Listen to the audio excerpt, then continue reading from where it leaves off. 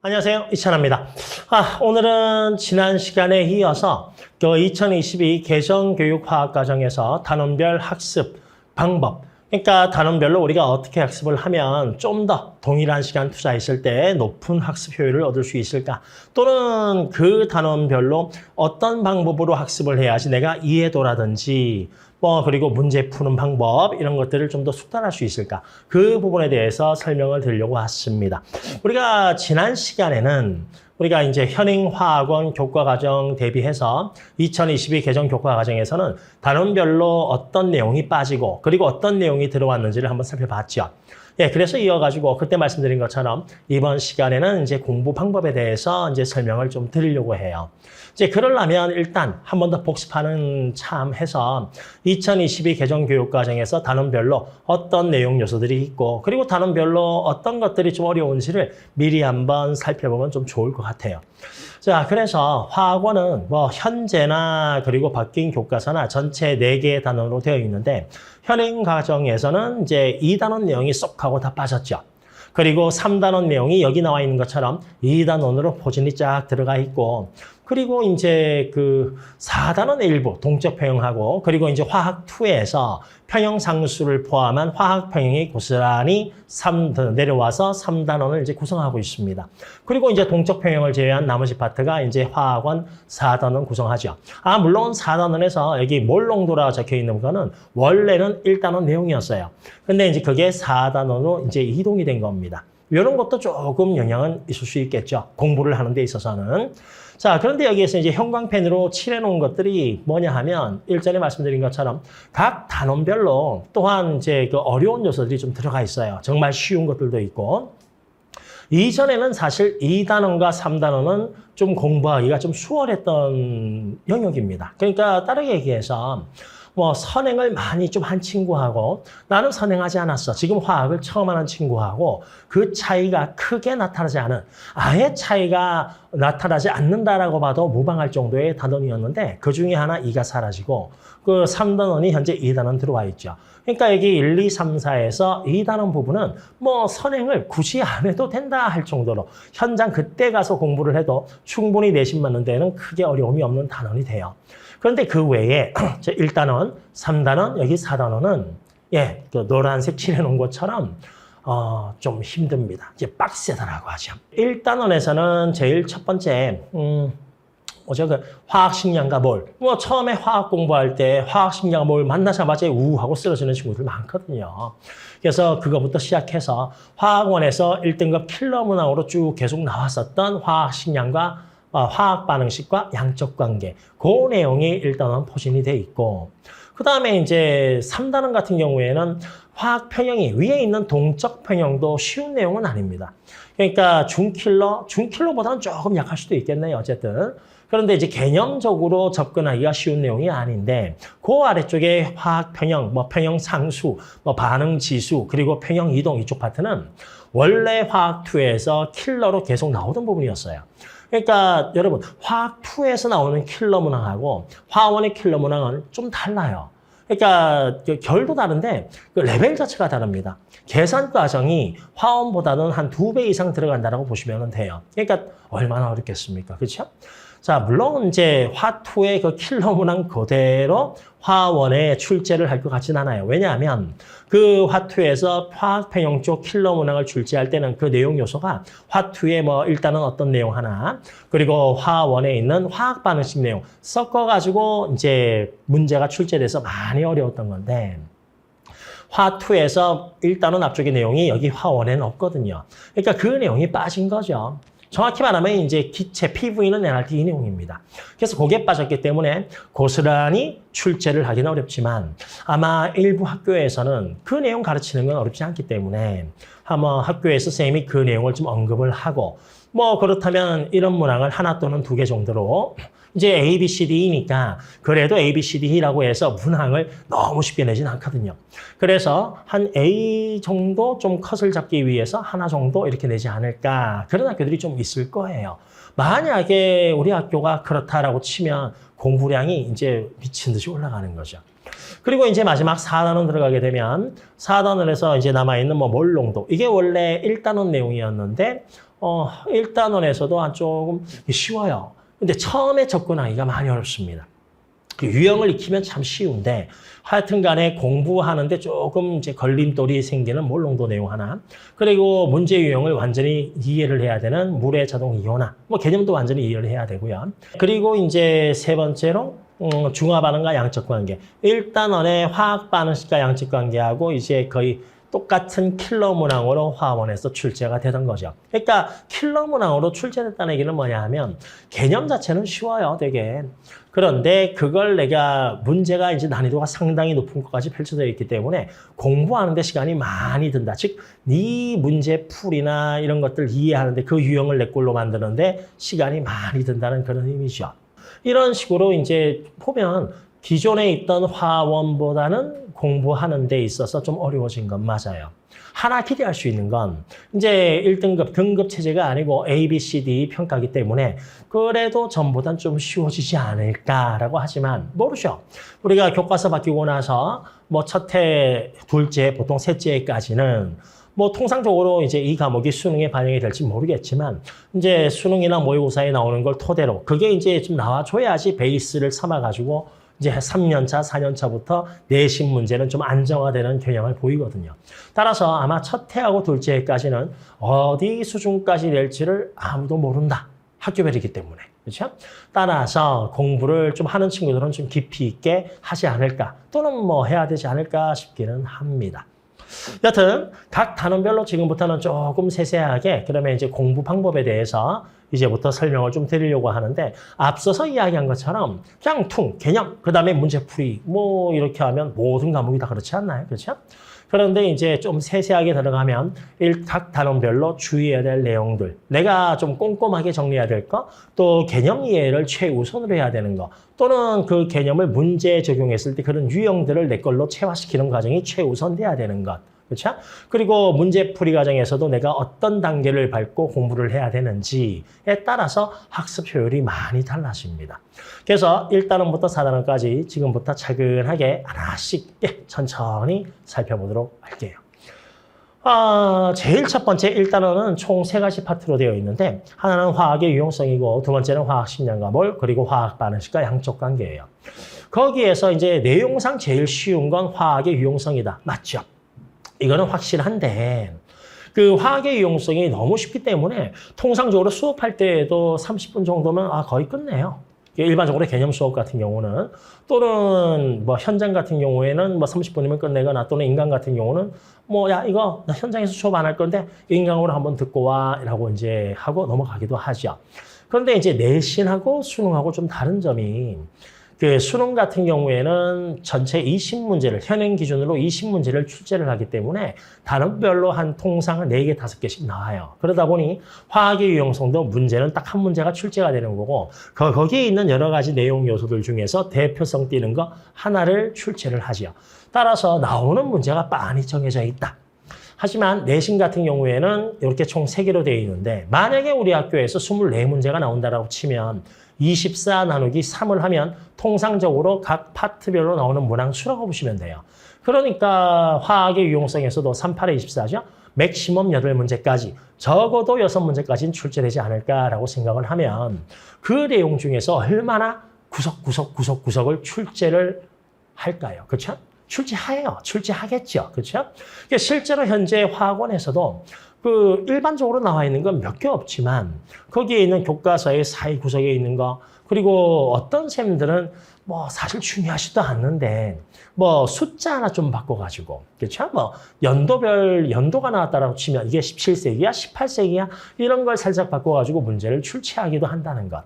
따라서 화학의 유용성 파트는 너무 쉽게 봤다간 큰 코 다칩니다. 그래서 이제 화학의 유용성은 이렇게 말씀드린 것처럼 전체 어떤 맥락으로 되어 있는지 보시되, 뭐 적어도 평시 또는 늦어도 시험 전날에는, 사실 시험 전날에는 뭐 아래쪽 2개는 봐도 크게 실력 향상이 되지는 않아요. 어느 정도 공부를 했으면. 그래서 무조건 시험 전날에 화학의 유용성은 난 다 맞는다 해서 교과서, 그리고 학교 프린트, 그리고 쌤이 이야기해 줬던 어떤 내용 요소들이 있으면 거기에 있는 수치 하나하나까지 꼼꼼히 보는 것을 제가 추천을 드립니다. 화학의 유용성 너무 쉬운 파트인데 여기서 몇 개 나가버리면 절대로 좋은 점수 받을 수가 없거든요. 그렇죠? 그 다음에 두 번째로 화학식량과 몰과 화학 반응과 양적 관계에서는 제일 먼저 만나게 되는 게 화학식량과 몰입니다. 예, 그 화학식량과 몰 같은 경우에는 첫 번째는 거기에서 등장하는 몰 개념, 그러니까 아보가드로스 개념. 뭐 그 앞서서는 이제 원자량, 분자량 개념을 좀 확실하게 잡아놓는 게 좋습니다. 그러니까 단순히 한 타스, 두 타스의 개념이 몰이구나 이 정도만 기억하고 그 다음에 몰수는 분자량분의 질량이다. 그 식만 암기해서 내립다 덤비는 친구들이 있는데 그러면 절대로 좋은 점수를 받기가 어려워요. 그러니까 원자량, 분자량이 왜 탄생했고 왜 그런 개념이 생겼는지 또 이 말의 의미가 무엇인지 이거는 쉬우니까 대충 좀 이해를 좀 해놓으시고 그 다음에 두 번째로 이제 아보가드로 수. 그러니까 그리고 몰. 우리가 사실은 1몰이 아보가드로 수죠. 그렇죠? 그래서 이게 탄생한 배경, 사실 배경까지보다도 이게 의미하는 게 무엇인지 그리고 이걸 이용해서 우리가 더 이제 화학식량과 몰에서 무엇을 할 수 있는지. 뭐 예를 들면 내가 이제 탄소나 이런 입자들은 눈에 보이지 않잖아요. 그러니까 하나하나 셀 수가 없거든. 그런데 이거를 내가 저울만 있으면 이 녀석의 질량만 재면 이 안에 있는 입자가 몇 개인지를 셀 수 있다. 그게 이제 아보가드로 수가 실제 우리가 화학을 사용하는 데 있어가지고 엄청나게 큰 의미를 주는 거죠. 그래서 그런 부분에 대한 이해를 확실히 해놓으시고 그 다음에 두 번째는 저는 추천을 하는 게 식은 먼저 암기하지 마세요. 그러니까 내립다 식이니까 외우든지 또는 옆에 써놓고 보면서 입력 대입하면서 푸는 친구들이 있는데 그러면 절대 실력이 바로바로 안 납니다.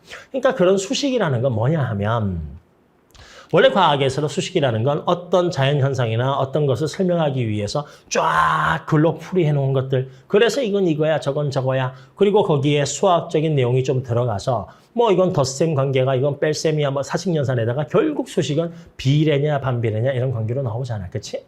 그런데 이제 이런 관계들을 이렇게 많은 내용들을 짤막하게 하나의 글로 딱 써놓은 게 수식입니다. 따라서 이 수식을 그냥 단순히 암기한다는 건 그걸 내가 이해한다는 게 아니죠.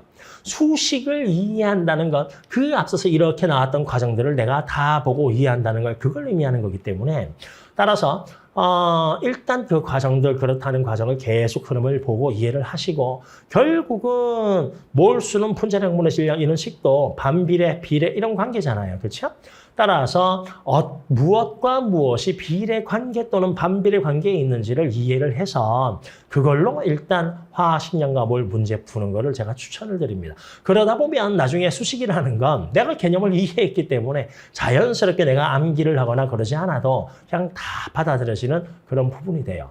그리고 그 과정에서 화학식량과 몰 같은 경우 일반적으로 이제 문제집을 우리가 보면 내용 나와 있죠? 그리고 O 개념에서 OX라든지 가로넣기 문제가 있죠. 그리고 그 다음에 기본적인 계산 문항들이 좀 있고, 그 다음에 내신형 문항에서 계산 문항에 살을 좀 붙인 거, 보기 들어가고 옳은 걸 고르시오 이런 것들 들어가 있는 거. 그리고 나중에 후반부에 이제 대표 기출 문항 한두 개, 도전 이렇게 들어가 있잖아요. 그렇죠?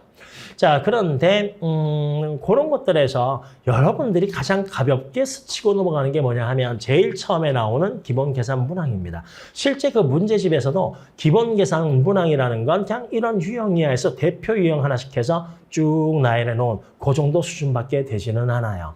그러다 보니 말 그대로 기본 계산이니까 사실 식만 외워도 거기에 대입을 하면 답이 나오도록 그렇게 문항이 구성이 되어 있거든요. 그래서 그 문항을 대충 좀 풀고 나서 동그라미 다 치고 다 맞았네. 이거 계산 실수했나? 틀린 거 확인하고. 그래서 그 정도 학습량을 가지고 다음 파트로 넘어갑니다. 그래서 후반부 들어가게 되면 갑자기 문제가 왜 어렵지? 그리고 나중에 실전 모의고사나 또는 수능 기출 문항을 보게 되면 뒤에 풀이 과정이나 또는 선생님의 해설 영상을 봐도 그걸 못 따라가는 경우가 많이 생겨요. 그 이유 중 가장 대표적인 것 중 하나가 기본 계산이 철저히 되어 있지 않다는 거죠. 그러니까 여기서 말하는 기본 계산은 단순히 구문 수학에서 하는 것처럼 덧셈, 뺄셈, 사칙연산을 잘한다 그런 내용이 아니고 아까 처음에 말씀드린 것처럼 이 식을 단순히 외워서 대입해서 문제 푸는 게 아니고 그 개념을 통째로 머릿속에 들어가 있는 상태에서 그리고 비례, 반비례 관계를 이용을 해서 그리고 화학식을 또 이해하는 화학식을 이해해야지 그 안에 입자수를 우리가 또 셀 수 있잖아요. 그래서 그런 식으로 그 기본 계산 문항들을 하나하나 푸는 연습을 충실히 해놔야지. 그러니까 그거를 몇 번씩 반복해서 풀어야 된다는 겁니다. 그러니까 그거를 내가 맞았다고 넘어가는 게 아니고 풀고 지우고 풀고 지우고 그 과정에서 계속 풀이 흔적을 또 지워가면서 내가 써야지만 할 수 있었던 이런 논리적인 연결들을 기본적인 논리적인 연결이죠. 이런 것들을 머릿속에서 돌릴 정도로 훈련을 좀 해놓고 그다음에 그 식에 단순히 대입하는 것이 아니고 그리고 그 식에 나와 있는 의미를 이해를 해서 비례나 반비례 관계를 이용을 해서 문제 푸는 훈련을 함으로써 예, 맞아요. 그거를 내가 그 내용 자체를 온전히 내 걸로 이해를 하는 그 과정을 여러분들이 충실히 반복을 해야 됩니다. 이거를 일반적으로 우리가 이야기를 하는 개념을 이해하는 단계다라고 말을 하는 겁니다. 근데 대부분은 그렇게 하지 않죠. 그러다 보니 기초문제 넘어가고 잘 풀려. 그리고 내신형 문제 풀다가 한 몇 개 틀렸네. 이것만 보면 되겠지. 그리고 수능형 문제에서 중상급 올라가게 되면 와 진도가 안 나가는 대표적인 이유가 바로 그거예요.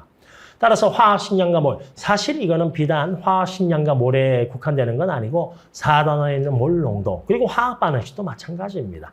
그래서 계산 문항들 같은 경우에는 이런 식으로 내가 풀 수 있는 동그라미 나오는 그런 문항들을 몇 번씩 반복해서 무엇을 확인하냐 하면 맞았다 틀렸다가 아니라 내가 푸는 그 흔적들이 얼마만큼 줄고 그리고 단정해지고 있는지 그걸 확인하면서 몇 번씩 반복하는 것을 제가 추천을 드립니다. 그리고 다음에 이제 밑에 화학 반응식과 양적 관계. 여기 화학 반응식과 양적 관계는 제가 할 말이 참 많은데 핵심적인 내용만 하나 하면 일반적으로 화학 반응식과 양적 관계를 학생들이 제대로 이해를 하지 못하고 있어요. 그러니까 단순히 화학 반응식 하면 모든 책에 그렇게 나와서 그런 거기도 하겠지만 그냥 그 설명 자체가 화학 반응식을 구성하는 방법 위주로만 설명이 돼 있다 보니 뭐 반응문은 여기 쓰고 생성문은 여기 쓰고 그렇죠? 그리고 좀 더 자세히 나와 있는 건 교과서인데 그걸 또 여러분들이 꼼꼼히 천천히 정독하면서 이게 무슨 뜻이지 무슨 뜻인지 하고 이해하려고 하실 않다 보니 그냥 단순히 화학 반응식과 양적 관계는 그냥 계산이야. 처음에 몇 개 있고 그 다음에 개수에 몇 배냐 해가지고 반응해서 마이너스 플러스 쓰고 그리고 남는 거 뭐 거기서 빼고 더하고 하면 돼. 이런 식으로만 매우 단편적으로만 이해하고 있는 거예요. 그러니까 화학 반응식을 온전히 내 걸로 이해하지 못하고 있다 보니까 초급도 아니죠. 상급도 아니죠.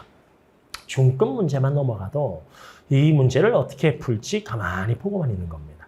그 진짜 답답한 몇몇 친구들은 그냥 처음 반응 남은 그 폼. 사실 그 폼은 덧셈 뺄셈 하기 위한 그러니까 주관식 답안을 좀 예쁘게 제출하기 위한 폼 이외에는 크게 쓸모가 없다라고 저는 봐요. 여러분들이 기초 계산은 다 할 수 있기 때문에. 오케이? 따라서 그렇게만 써놓고 몇몇 친구는 뭐 줄 한 두 줄 그어놓고 어떻게 할까 고민만 하고 있죠. 그러니까 정확하게 말해서 화학 반응식과 양적 관계는 제가 말씀을 드리면 화학이잖아요. 우리 배우는 게. 화학적으로 반응했다는 게 무엇이냐. 그러니까 어떤 변화가 있는 건데 그렇죠. 화학 반응이라는 건 화학적으로 델타, 그러니까 변화거든요. 그 변화를 하나의 식으로 나타낸 거다. 그러니까 화학 반응식에서는 우리가 그 변화를 찾는 것이 가장 핵심이 되는 거고 그러니까 몰수의 변화든지 부피의 변화든지 또는 질량의 변화든지 그래서 그 변화를 확실히 찾아놓고 이런 변화들 관계에 이런 변화들이 비례 관계에 있다. 그게 우리가 개수 비례잖아요. 그렇죠? 그리고 이제 질량비 비례잖아요. 그래서 이런 비례 관계에 있는 거를 이용해서 문제를 푸는 과정인 거예요. 따라서 문제에서도 화학 반응식이 나와 있으면 화학 반응식이면 변화 그 율이 나와 있는 거거든. 따라서 문항 또는 자료에서도 각 물질의 변화율을 찾아가지고 그래서 네가 몇 배 됐지? 이런 식으로 문제 풀이 들어가는 게 화학 반응식이에요. 따라서 화학 반응식과 양적 관계는 뭐 기초문항, 덧셈, 뺄셈 이런 걸 우선으로 하는 것이 아니라 제일 첫 번째로 화학 반응식과 양적 관계가 무엇인지 이해하고 그들의 변화율을 내가 찾아내고 찾는 게 가장 힘듭니다. 문제에서. 그 찾는 게 킬러 문항에서도 가장 힘든 주제가 되고 있죠. 그래서 그걸 찾아내고 그리고 이들 비와 비교를 해서 몇 배가 됐는지를 찾아서 나머지의 변화를 찾는 과정이다. 예, 뭐 짧게 말하면 이렇게 돼요. 그래서 어쨌든 그걸 화학 반응식은 이해하는데 전체 내용에 반을 투자를 하고 그리고 나머지 이해하고 나면 기초 계산을 가급적 그 틀을 벗어나서 그러니까 줄 쳐가면서 하는 거 있잖아요. 벗어나서 그 변화율을 이용해서 문제 푸는 훈련을 기본적으로 조금 닫고 그리고 나서 이제 중상급 문제로 넘어갔을 땐 자료를 분석하는 능력. 그러니까 자료에서도 화학 반응이 변하잖아요. 그렇죠? 그 변화값을 찾는 훈련을 하시면 아마 크게 무리 없이 정말 킬러 문항도 좀 어렵겠지만 낯선 거예요. 이 정도까지 공부를 해놓으면 킬러 문항은 정말 풀기 어렵다가 아니고 야 이거 푸는데 꽤 낯선데 그 정도 수준으로 쫙 하고 내려오게 됩니다. 그래서 그런 식으로 공부를 하는 것을 제가 추천을 드립니다. 이제 2단원 넘어갈게요. 2단원은 이제 앞서서 기존 화학원의 3단원과 같은 내용이라서 내용이 너무 쉬워요. 그래서 이게 뭐 서능이고 뭐고 할 필요는 없고 당장 닥쳐서 그때 공부를 해도 될 정도 내용이고 아마 제가 수업을 통상 3시간 수업을 할 때 한 3시간짜리 3타임에서 길면 4타임 정도 하면 이쪽 내용을 전부 다 이제 끝을 낼 수 있습니다. 근데 여기에서는 이제 정말로 개념적인데 2단원에서 주의할 사항들이 있죠. 특히 내신에서는 좀 틀리게 하려고 5개념을 좀 많이 내요. 그러니까 그 용어의 개념을 조금 바꾸든지 용어 자체를 좀 바꾸든지 그러니까 뭐 야 이거는 양이온이야 이원인가 부분적인 양전하야 이런 것들의 차이라든지 그래서 그런 용어라든지 이런 것들에 대해서 좀 정의를 확실하게 잡아놔야 돼요. 그리고 헷갈리는 용어들이 있거든. 그러니까 이런 용어들을 좀 구분하도록 노트에 꼼꼼하게. 그리고 나중에 이제 문제를 풀다가 이거 나 실수했네? 이런 것들을 노트에 필히 정리를 해놔야 됩니다. 1단원의 화학의 유용성만큼 2단원은 전체적으로 그런 5개념들에서 틀리는 경우가 상당수 많기 때문에 그 부분들을 깔끔하게 정리해 놓은 것이 가장 중요하고 그리고 두 번째 2단원에서 좀 어렵게 나온다 치면 제일 아래쪽에 있는 분자예요. 그러니까 이 분자 파트는 기본적으로 난 메테인 그릴 수 있어 뭐 등등도 있겠지만 우리가 시험이라는 게 또 시한 싸움도 있잖아요. 그러니까 분자 파트에서 어떤 이 분자 구조는 무엇인가를 찾도록 자료를 구성해 놓은 게 있죠. 그거는 시간이 애법 걸려요. 그러니까 분자 문제를 그 난이도별로 총 3가지로 요약을 하면 제일 쉬운 건 야, N은 H2O야, 물, 그렇죠? N은 CO2야, 이산화탄소 해서 화학식을 다 줍니다. 그런데 여기에서 한 단계 올라가게 되면 두 번째는 분자가는 XY2Z야. 분자나의 화학식은 W2Y야. 이런 식으로 문제를 내요. 그러니까 앞에서처럼 탄소나 산소나 수소나 원소 기호를 주지 않고 WXYZ는 임의의 원소 기호야. 얘네들이 누군지 찾아서 이 분자 구조를 찾아. 그래서 추가 조건을 주는 이게 이제 두 번째 타입입니다. 그리고 이제 가장 어려운 레벨 1 같은 경우에는 이제 가장 높은 레벨 같은 경우는 가장 높은 게 1인가 2인가? 어쨌든 제일 높은 레벨 거기에서는 이런 식으로 나온다 보면 돼요. 분자가가 있다. 구성 원소는 3가지다. 구성 원자도 3가지다. 그런데 이 녀석의 공유 전자쌍분의 비공유 전자쌍 값은 2다. 또는 가로 열고 상대값은 얼마다. 그러니까 원소조차도 주지를 않는 거죠. 그래서 이걸 가지고 이제 문제를 이 녀석이 누군지를 찾아야 되는데 요 정도 레벨까지 갔을 때 문항이 좀 어려운 편이에요. 시간이 좀 걸립니다. 따라서 분자 구조 같은 경우에는 여러분들이 시간 안배를 하기 위해선 루이스 전자점식을 다 찍어가면서 하는 훈련 좀 버리셔야 되고 다음에 두 번째로는 이제 학습 방법은 뭐 당연히 처음엔 그거였죠. 이 분자 구조를 그릴 수 있느냐.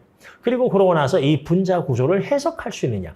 해석을 해야지 입체인지 평면인지 극성인지 무극성인지를 우리가 알 수가 있거든요. 그래서 이걸 완전히 이해를 하고 그러니까 첫 번째는 이 분자 구조를 이해하는 게 첫 번째예요. 그러면 이제 이해를 토대로 내가 아까 말했던 H2O나 CO2나 이런 것들은 다 그릴 수가 있죠. 그러면 이제 2단계로 넘어가게 되면 이제 속도를 좀 더 해야 되는 것이 암기입니다. 그러니까 주로 나오는 분자 구조들이 있어요. 뭐 C2F2, N2F2, 뭐 O2F2 이런 것들 해가지고 CF2O 그리고 CO2H2O는 당연히 기본 분자 구조들. 그래서 이런 분자 구조를 쭉 다 따지면 좀 심한 내용까지 합치면 한 30개. 그리고 심하를 빼면 한 20개 전으로 이제 끝이 나는데 이거는 완전히 외우셔야 돼요. 어느 정도로 외우냐 하면 앞에 셈을 보시면 뭐 예를 들어서 N2F2가 있다. 질소 2개, 플로린 2개, 공유 4쌍, 비공유 8쌍. 뭐 이런 식으로 평면 구조 이런 식으로 바로 나올 정도로 중심원자끼리 질소끼리는 이중결합이 있다. 그러니까 이 분자 구조가 눈앞에 그려져야 된다는 거죠. 그래서 여기까지가 학습의 2단계라고 하겠습니다. 그래서 이거는 자주 보고 자주 읊조리세요. 계속 보는 게 이기는 겁니다. 그래서 이렇게 하게 되면 그러면 이제 내가 기본형 분자 구조는 크게 실수 없이 빠르게 문제를 풀 수 있으니까 마지막 고난도 문항 같은 경우 그러니까 중간 레벨이나 고난도 레벨 중간 레벨 같은 경우는 뭐 WY2Z다라고 하면 아 너는 CF2O 아니면 CH2O 이런 거 같은데 하고 떠오르는 친구들도 있죠. 그런데 이제 레벨 제일 높은 레벨까지 가게 되면 그게 떠올라서 푸는 게 쉽지가 않아요. 따라서 제일 마지막 단계는 이제 우리가 이해를 했고 그리고 암기를 해서 빠르게 문제 풀 수가 있으니까 마지막 단계에서는 다시 초심으로 돌아와서 주어진 조건에 따라서 분자를 그려보고 조립하는 그 훈련을 조금 들어가면 어렵지 않아요. 몇 개 없기 때문에. 따라서 그 유형별로 몇 가지 연습을 좀 해놓으시면 마지막 분자 고난도도 아주 빨리. 그게 통상적으로 현재 화원 3단원이 이쪽 단원 내용인데 기출 모의고사나 이거를 학생들한테 풀이해보면 빠른 친구들이 한 시험 한 45분, 50분 주죠. 근데 통상 한 18분 정도로 다 끊습니다. 그 정도로 쉬워요. 잘 공부를 해놓으면. 하지만 오개념 주의하시고 그리고 분자 공부할 때 좀 집중 좀 하시고 아까 쌤이 말씀드린 대로 그런 식으로 학습을 좀 해놓기를 바랍니다. 이제 3단원, 이제 문제의 3단원 들어가는데 3단원 들어가게 되면은 첫 번째로 개념으로서 하고 이제 맞닥뜨리는 게 하나가 있습니다. 그게 바로 동적 평형이에요. 그러니까 가역, 비가역 반응은 알겠는데 동적 평형, 기존의 화학 반응식하고는 좀 다른 반응이죠. 이거 왔다 갔다 하는 거거든요. 그래서 동적 평형에 대해서 그 개념을 이해를 하는 게 쉽지가 않아요. 그러니까 일단은 화학 반응에서는 야, 이 녀석이 다 사라지고 없어. 그때까지 반응했는데 동적 평형은 그런 한계 반응물이 존재하지 않거든요. 따라서 동적 평형에 대한 개념을 좀 이해를 하고 그리고 이제 앞서서 나온 내용에는 보이진 않았는데 현재 교과 과정에서는 이제 동적 평형에서 대표적인 예로 상평형이나 용해평형을 예로 듭니다. 그러면 이제 교과서에 그 내용이 있으면 당연히 그걸 베이스로 해서 문제가 나올 거고 없다라고 해도 초기 내신 과정에서는 그걸 예로 들지 않을까 싶어요. 따라서 상평형이나 용해평형까지는 초기 1년차, 2년차까지는 그 문제 풀이법에 대해서 그 내용 문제 풀이법도 좀 정리를 해놓는 게 좋습니다. 왜 문제 풀이법이냐라고 하면 그냥 느낌으로 다가가서 문제를 풀려고 하면 매번 틀리는 것 중 하나가 동적 평형 그 예입니다. 따라서 상평이나 이쪽은 그냥 물리적으로 기계적이죠. 기계적으로 그냥 수식에 대입하듯이 그런 식으로 문제풀이를 정리하는 것이 제일 좋죠. 일단은 동적평형은 이리저리 해가지고 넘어갈 수 있는데 그 다음이 이제 화학평형이에요. 화학평형이 고스란히 화투에서 내려왔기 때문에 몰 농도로 정의되는 화학평형을 하는데 몰 농도는 아까 말씀드린 대로 4단원 파트에 있거든요. 그래서 아마 학교에서 수업을 할 때 4단원 몰 농도 내용을 별거 없어요. 그 식만 가지고 오면 됩니다. 그래서 식만 가져와서 야, 몰 농도는 이런 거야 하고 나서 이제 화학평형 수업을 진행을 하겠죠. 4단원 몰 농도는 문제 유형이 좀 그거랑은 좀 달라요.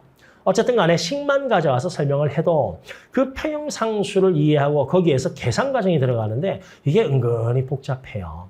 그러니까 그 고난도 킬러 말고 진짜 쉬운 화학 평형이면 그것도 벌써 전전 교과 과정입니다. 전전 교과 과정 또 그전 교과 과정 화학 2에 있는 내용이거든요. 그러니까 거기 문제 유형에서를 만약에 낸다 치면 한 풀만한 수준 그렇게 출제가 될 것 같은데 그렇지 않고 만약에 아까 앞서서 말씀드린 것처럼 화투에 있는 기체 파트를 가지고 왔다. 또는 당연히 화투를 끄집어내지 않더라도 일단은 화학 반응을 가지고 와서 화학 반응하면서 평형이 변화되고 하는 것들, 평형 이동이죠. 평형 이동 있으면 당연히 화학 반응이 있는 거거든요. 그렇게 해서 문제를 구성돼서 왔다라고 치면 어렵게 됩니다. 따라서 화학평형 같은 경우에는 첫 번째 3단원은 개념 이해가 최우선이고요. 그 개념에 부딪혀가지고 더 허우적대서 더 못 나가는 친구들이 상당히 많거든요. 근데 그 개념이 이해가 되고 나면 문제 자체가 어렵기 때문에 평형 쪽이 문제 연습을 좀 해야 되는데 문제 연습에서 우리가 이제 걸리는 게 있죠. 따라서 이제 제가 두 가지를 말씀을 드리면 첫 번째는 바뀐 교과 과정에 맞춰서 문제를 푸시는 게 제일 좋겠죠. 그래서 그런 문제가 나온 출판사 문제집을 구하시던가 또는 그 문제를 자체 제작을 해서 만든 선생님들의 그 학원 교재나 또는 그 인강 교재를 구매해서 푸시던가 뭐 학원 교재나 인강 하면 뭐 제 것도 있잖아요. 그렇죠? 광고입니다. 네, 농담이고요. 그래서 그 현재 교과 과정에 맞는 문제를 푸는 게 제일 좋습니다. 굳이 내가 찾아간다면 전전 교과과정 화투 또는 그전 교과과정 화투인데 전전 교과과정 화투에서도 깁스 에너지가 하나 있었기 때문에 좀 걸러낼 부분들이 좀 있습니다. 그리고 엔탈피가 둘 다 들어가가지고 또 문제를 많이 걸러내게 돼요. 그러면 그 이전 교과과정의 화투에 있는 화학 평형에서는 쓸만한 문제가 10문제가 있다 치면 그중에서 쓸만한 게 한 2-3개 정도밖에 되지는 않아요. 그러니까 풀 게 별로 없습니다, 여러분들이. 정말 기초 문항들 몇 개 빼고는. 그러면 그런 문항들을 뭐 내가 학원을 가서 또는 학교에서 준비가 안 돼 있다라든지 또는 구할 수가 없다라고 치면 울며 겨자 먹기로 이제 기출문항을 봐야 되겠죠. 근데 기출문항을 하려면 어쩔 수 없이 화학 반응식은 당연히 봐야 되는 거고요. 화투에서 기체 운동 부분을 좀 보셔야 돼요. 그래서 화투의 기체 운동 부분에서 단순히 PV는 NRT를 봐서 되는 걸로 끝나는 게 아니고 거기에 더해서 이제 그 몰 분율이라든지 또는 이제 부분 압력 이런 부분들까지 공부를 좀 해야 되기 때문에 화투에서 기체 파트는 1단원에서 가장 어려운 부분 중 또한 하나거든요. 그러니까 공부량이 많아지죠.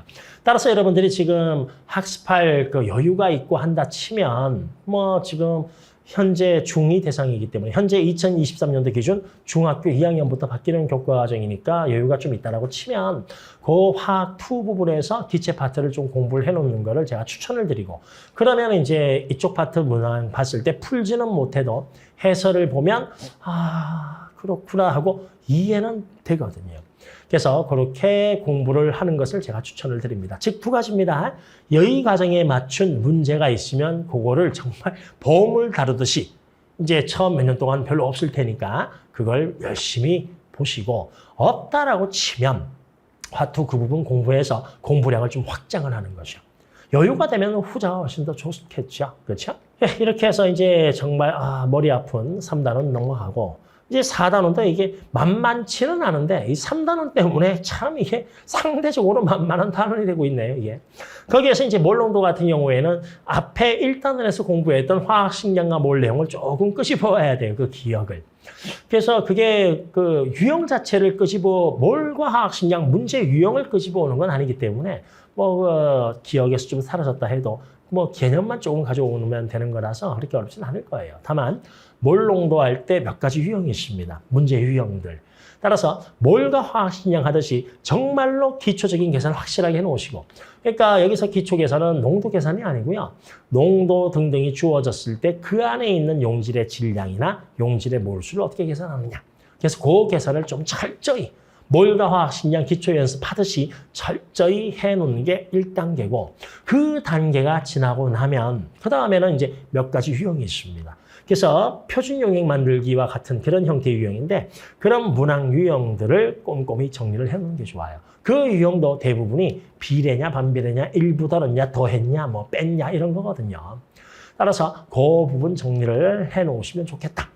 그런 식으로 공부를 하면 나중에 공부를 시켜보면 현행 교과서에서 몰 농도가 1단원이 있었을 때 1단원에서 뭐가 제일 쉬워 하면 공부한 친구들은 한결같이 입을 모아서 농도요라고 얘기합니다. 그만큼 유형이 많이 어렵지는 않아요. 자, 이제 그러면 그 다음에 물의 자동이온화 pH 부분이 있는데 물의 자동이온화와 pH 같은 경우에는 이것도 문제 유형이 쭉 정해져 있는데 이게 여러분이 몰 농도만 좀 잘 해놓으시면 농도만 잘 해놓으시면 이쪽도 쉬워요. 다만 여기에서는 정말로 철저하게 여러분들이 개념적으로 파고들어야 될 부분이 하나가 있는데 도대체 물의 자동 이온화가 무엇이냐. 그로 인해서 왜 pH 그리고 또 하나 POH가 있거든요. 이 pH와 POH는 무엇이냐. 즉 내가 산성용액에서 수소 농도는 그렇다 치자. 산이 만들었으니까. 거기 OH는 누가 만들었냐. 이게 개념의 핵심입니다. 그래서 물의 자동 이온화에 대한 개념의 핵심을 확실히 잡으시고 단순히 식만 암기하지 마시고 예? 그래서 그걸 완전히 잡고 나면 그러면 그 식 충분히 이해가 되고요. 그리고 pH에서 P가 의미하는 게 무엇이냐 그것까지 이해를 하고 나면 이제 그 다음 날아다니는 거예요. 그 다음에 나오는 유형은 제가 따져봐도 3개밖에 없거든요. 그래서 그 3가지 대표 유형만 정리를 해놓으시면 어렵지 않게 물의 자동이온화는 넘어갈 수 있습니다. 그러니까 몰농도하고 물의 자동이온화는 개념 확실히 다지시고 그리고 기초계산, 몰농도는 기초계산까지 좀 더해서 다지시고 그리고 유형 몇 개만 잡으면 편안하게 넘어갈 수가 있다. 뭐 말은 쉽죠. 근데 열심히 해야 돼요, 그래도. 예, 그런데 이제 그 다음에 어려운 게 중화 반응과 양적 관계인데 중화 반응과 양적 관계는요, 개념은 정말 없어요. 중화 반응의 개념이 뭐 있나요? 산하고 연기 만나서 물 만든다. 이게 전부 다 안 돼요. 그렇죠? 근데 거기에서 양적 관계라고 해서 뭐 그래서 반응 후에 너는 몇 개야, 너는 몇 개야 이 개수를 세야 되거든요. 따라서 이 개수를 셀 때 단순히 개념이 아니고 이런 중화 반응과 양적 관계 문제풀이만을 위한 문제풀이 도구가 있습니다. 셈이 주로 쓰는 도구는 딱 3가지가 있거든요. 그래서 그 3가지 도구를 여러분들이 잘 사용을 하셔야 되는데 사실상 이런 도구라는 건 개념이 아니잖아요. 그렇죠? 따라서 이 도구를 이해를 해도 잘 쓰는 친구가 있고 그걸 좀 서투르게 또 못 쓰는 친구가 있단 말이에요. 따라서 중화 반응과 양적 관계의 최고 핵심은 그 도구들을 얼마나 내가 자유자재로 내 걸로 쓰느냐. 맞아요. 체화입니다.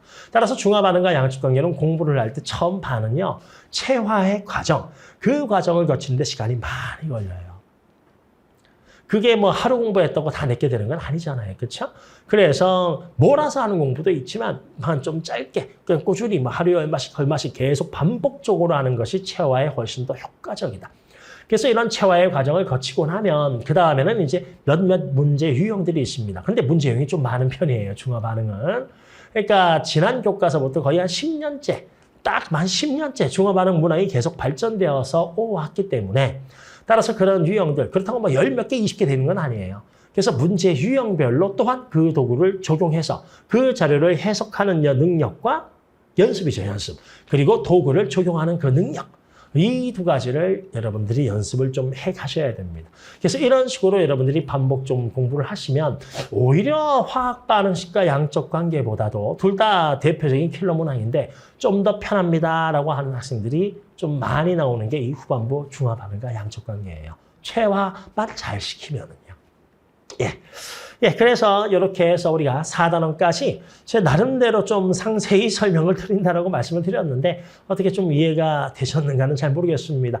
현장에서 공부하는 친구들은 저게 무슨 말인지 알 거예요. 그런데 이제 그게 좀 더딘 친구들은 나중에 이제 이걸 공부를 할 때 중간중간 이 영상 계속 올라가 있으니까 필요한 부분만 좀 골라서 이게 이 말이었구나, 여기 이렇게 하라는 거였구나 한 번 더 보시면 방금 말씀드린 것처럼 이게 공부 방법을 충분히 좀 더 이해할 수 있을 거라고 생각이 들어요.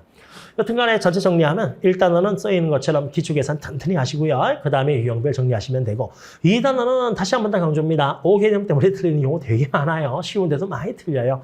그리고 분자는 처음에 이해, 두 번째는 그렇죠, 암기, 세 번째는 조립하는 연습하시고 그 다음에 이제 세 번째 같은 경우에는 말이 많죠. 네, 문제는 그거예요. 그러니까 여기 1번, 2번을 읽어보시면 되는데 이 세 번째죠. 연습할 문제가 애매하다.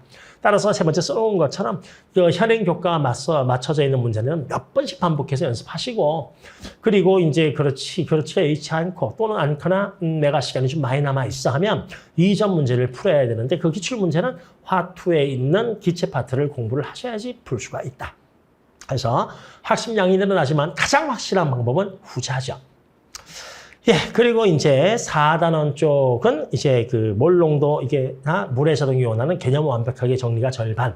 그리고 이제 유형별로 정리하는 게 나머지 절반 보시면 되고 중화 반응은 체화의 과정이 가장 중요하다. 이렇게 명심하시고 이렇게 보시고 여러분들이 공부를 할 때 이렇게 맞춰서 학습을 하시면 아마 쌤 생각에는 가장 좋은, 가장 높은 효율을 나타낼 수 있지 않을까 싶습니다. 네, 그래요. 네, 이렇게 해서 저희가 이제 앞서 1부와 2부에 걸쳐가지고 2022 개정교과학원 내용이 어떻게 바뀌었고, 그리고 각 단원별로 학습, 그러니까 현재 시점에서 티처가 생각하는 최적의 학습 방법에 대해서 좀 상세히 설명을 드렸다라고 생각을 하는데 어떻게 도움이 되셨는지는 모르겠습니다.